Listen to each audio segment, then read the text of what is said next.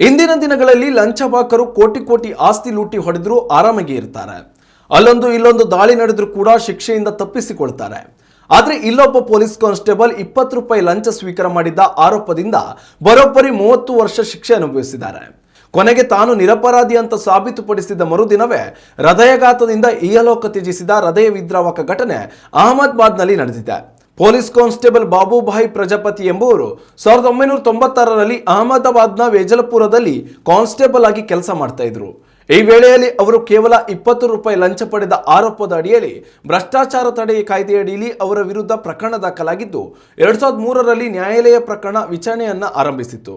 2004ರಲ್ಲಿ sessions ನ್ಯಾಯಾಲಯವು ಅವರಿಗೆ 4 ವರ್ಷಗಳ ಕಾಲ ಜೈಲು ಶಿಕ್ಷೆಯನ್ನ ವಿಧಿಸಿತ್ತು.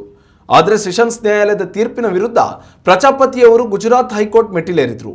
2 ದಶಕಗಳ ಕಾಲ ವಿಚಾರಣೆಯನ್ನು ನಡೆಸಿದ್ದ ನ್ಯಾಯಾಲಯ 2026ರ ಫೆಬ್ರವರಿ 4ರಂದು ತೀರ್ಪು ನೀಡಿದ್ದು ಪ್ರಜಾಪತಿಯವರನ್ನ ಖುಲಾಸೆಗೊಳಿಸಿ ಆದೇಶ ಹೊರಡಿಸಿದೆ. ಸುದೀರ್ಘ ಹೋರಾಟದ ನಂತರ ಪ್ರಜಾಪತಿಯವರು ಕಳಂಕರಹಿತರಾಗಿದ್ರು.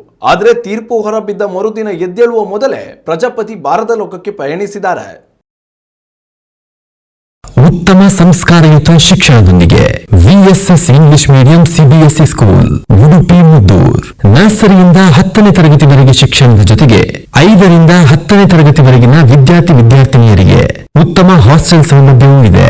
ನಿಮ್ಮ ಮಕ್ಕಳ ಪ್ರವೇಶಾತಿಗಾಗಿ ಈ ಸಂಖ್ಯೆಗೆ ಕರೆ ಮಾಡಿ.